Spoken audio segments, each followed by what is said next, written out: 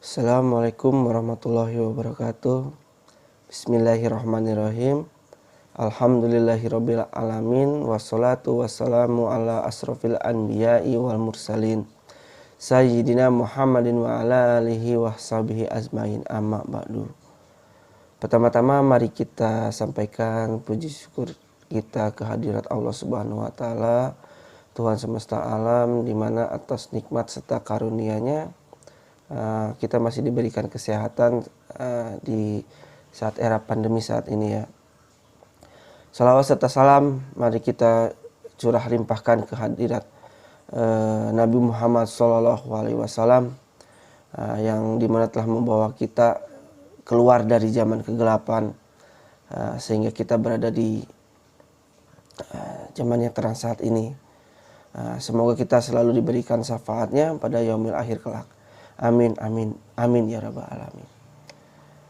Pada kesempatan kali ini saya membuat video yang akan memaparkan sebuah materi tentang wakalah, dan video ini dibuat untuk memenuhi salah satu tugas dari mata kuliah Fikih Muamalah 3. Baik, sebelumnya perkenalkan, nama saya Taufik Septian Cahya, mahasiswa dari STAI Zapata Al-Jawami. Untuk definisi dari wakalah itu berasal dari kata wazan wakala yakilu waklan, yang berarti menyerahkan atau mewakilkan urusan. Sedangkan wakalah sendiri adalah pekerjaan wakil. Al-wakalah yang berarti penyerahan dan pemeliharaan. Menurut kalangan ulama Syafi'iyah, arti wakalah adalah ungkapan atau penyerahan kuasa al-muwakil kepada orang lain atau al-wakil supaya melaksanakan suatu dari jenis pekerjaan yang bisa digantikan. Dan dapat dilakukan oleh pemberi kuasa dengan ketentuan pekerjaan tersebut dilaksanakan pada saat pemberi kuasa masih hidup. Sedangkan wakalah dalam arti harfiah adalah menjaga dan menahan atau penerapan keahlian atau perbaikan atas nama orang lain. Di sini dari kata takwil diturunkan yang berarti menunjuk seseorang untuk mengambil alih atas suatu hal yang juga untuk mendelegasikan tugas apapun kepada orang lain. Untuk akadnya sendiri, wakalah pada hakikatnya adalah akad yang digunakan oleh seseorang apabila dia membutuhkan orang lain atau mengerjakan sesuatu yang tidak dapat dilakukannya sendiri, dan di sini dia meminta bantuan orang lain untuk melaksanakannya. Untuk dasar hukum dari wakalah itu sendiri ada dalam surat Yusuf ayat 55. A'udzubillahi minasyaitonirrajim. Bismillahirrahmanirrahim. Qala za'alni ala khazainil ardi inni hafizum alim. Dia Yusuf berkata, jadikanlah aku bendaharawan negeri, di sini negeri Mesir, karena sesungguhnya aku adalah orang yang pandai menjaga dan berpengetahuan. Kemudian untuk dasar hukum yang lainnya itu ada dalam surat Al-Kahfi ayat 19. Dan demikianlah kami bangunkan mereka agar mereka saling bertanya di antara mereka sendiri. Berkatalah salah seorang di antara mereka, sudah berapa lamakah kamu berada di sini? Mereka menjawab, kita berada di sini sehari atau setengah hari. Berkata yang lain lagi, Tuhan kamu lebih mengetahui berapa lama kamu berada di sini. Maka suruhlah salah seorang di antara kamu untuk pergi ke kota dengan membawa uang perakmu ini, dan hendaklah dia lihat manakah makanan yang lebih baik. Maka hendaklah dia membawa makanan itu untukmu, dan hendaklah ia berlaku lemah lembut, dan jangan sekali-kali menceritakan halmu kepada seseorang pun. Di dalam sebuah riwayat Rasulullah Shallallahu Alaihi Wasallam ini pernah mewakilkan kepada Abu Rofi dan seorang Ansor untuk mewakilinya dalam mengawinkan atau kabul perkawinan Nabi dengan Maimunah binti Al-Haris. Nah, sehingga di sini para ulama sepakat bahwa wakalah diperbolehkan. Bahkan mereka cenderung mensunahkannya dengan alasan bahwa hal tersebut termasuk jenis ta'awun atau tolong menolong atas dasar kebaikan dan takwa. Nah, kemudian untuk rukun dan syarat dari wakalah, pertama itu orang yang mewakilkan, adanya orang yang mewakilkan atau al-muwakkil. Nah, di sini seorang yang mewakilkan memberi kuasa itu disyaratkan memiliki hak untuk bertasyaruf atau pengelolaan pada bidang-bidang yang didelegasikannya. Nah, karena itu seseorang tidak akan sah jika mewakilkan sesuatu yang bukan haknya. Nah, pemberi kuasa mempunyai hak atas sesuatu yang dikuasakannya. Nah, di sini lain juga dituntut supaya pemberi kuasa itu sudah cakap bertindak atau mukhalaf. Nah, untuk yang kedua yaitu tentunya ada orang yang diwakilkan atau al-wakilnya. Nah, penerima kuasa pun perlu memiliki kecakapan akan suatu aturan-aturan yang mengatur proses akad wakalah ini, sehingga cakap hukum menjadi salah satu syarat bagi pihak yang diwakilkan. Nah, seorang yang menerima kuasa ini perlu memiliki kemampuan untuk menjalankan amanahnya yang diberikan oleh pemberi kuasa. Nah, ini berarti bahwa tidak diwajibkan menjamin sesuatu yang di luar batas kecuali atas kesengajaannya. Macam-macam wakalah itu ada 4. Yang pertama al-wakalah al-amah. Nah, di sini adalah prosesi pendelegasian wewenang bersifat umum, yang sifatnya umum.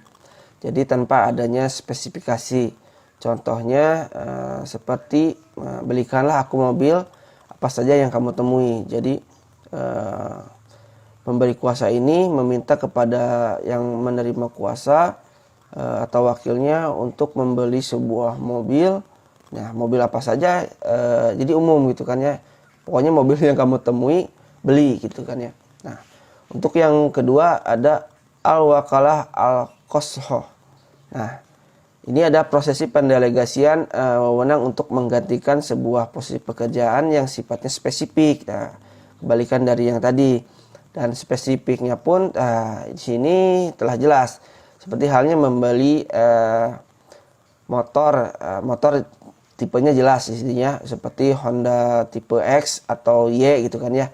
Nah, atau menjadi advokat untuk misalnya berakhirnya wakalah. Akad wakalah ini berakhir ketika yang pertama itu salah satu yang berwakalah itu wafat atau gila. Nah, kedua, apabila maksud yang terkandung dalam wakalah itu sudah selesai pelaksanaannya. Jadi pekerjaannya setelah selesai atau dihentikannya maksud dari pekerjaan tersebut.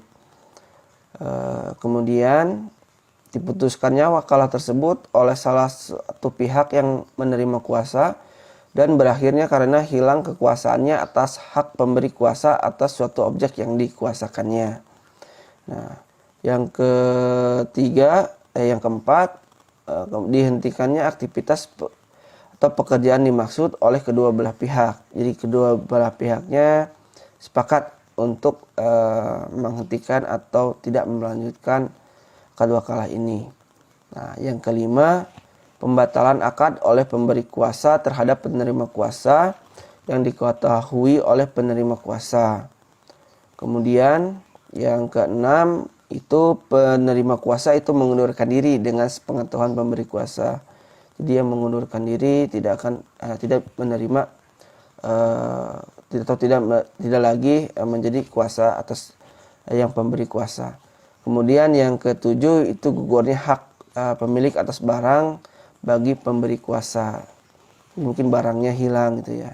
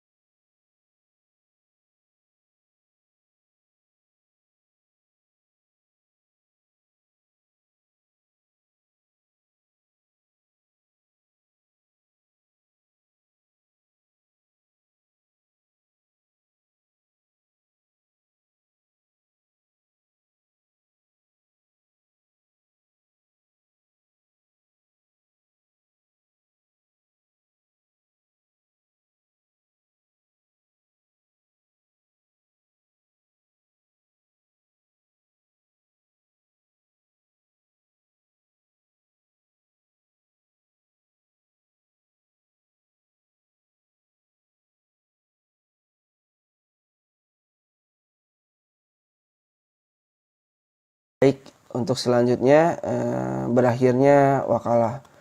Akad wakalah ini berakhir ketika yang pertama itu salah satu yang berwakalah itu wafat atau gila. Nah, kedua, apabila maksud yang terkandung dalam wakalah itu sudah selesai pelaksanaannya. Jadi pekerjaannya setelah selesai atau dihentikannya maksud dari pekerjaan tersebut. Kemudian diputuskannya wakalah tersebut oleh salah satu pihak yang menerima kuasa dan berakhirnya karena hilang kekuasaannya atas hak pemberi kuasa atas suatu objek yang dikuasakannya. Nah, yang keempat, dihentikannya aktivitas atau pekerjaan dimaksud oleh kedua belah pihak. Jadi kedua belah pihaknya sepakat untuk menghentikan atau tidak melanjutkan akad wakalah ini. Nah, yang kelima, pembatalan akad oleh pemberi kuasa terhadap penerima kuasa yang diketahui oleh penerima kuasa. Kemudian yang keenam itu penerima kuasa itu mengundurkan diri dengan sepengetahuan pemberi kuasa. Jadi yang mengundurkan diri tidak menerima tidak lagi menjadi kuasa atas yang pemberi kuasa. Kemudian yang ketujuh itu gugurnya hak pemilik atas barang bagi pemberi kuasa. Mungkin barangnya hilang gitu ya. Baik, mungkin cukup sekian untuk pemaparan materi dari saya. Kurang lebihnya saya mohon maaf. Kebenaran datangnya tentunya dari Allah Subhanahu wa taala dan kesalahan datangnya dari diri saya pribadi. Wabillahi taufiq wal hidayah. Wassalamualaikum warahmatullahi wabarakatuh.